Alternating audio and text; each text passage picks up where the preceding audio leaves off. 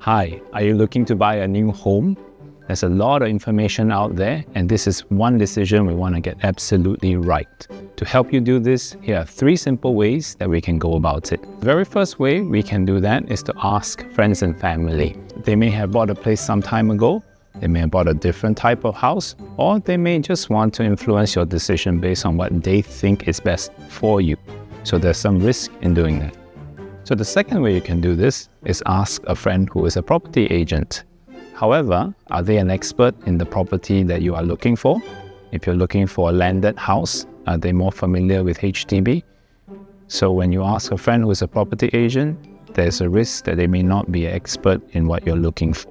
If you have a toothache, you're not going to go to a GP. There's a third way to do this, and that is to read our guide. Our guide provides a clear, structured, and unbiased way for home buyers to navigate all the information out there. Whether you are a first-time buyer or an upgrader, this guide is for you. So, download the link now for our free guide.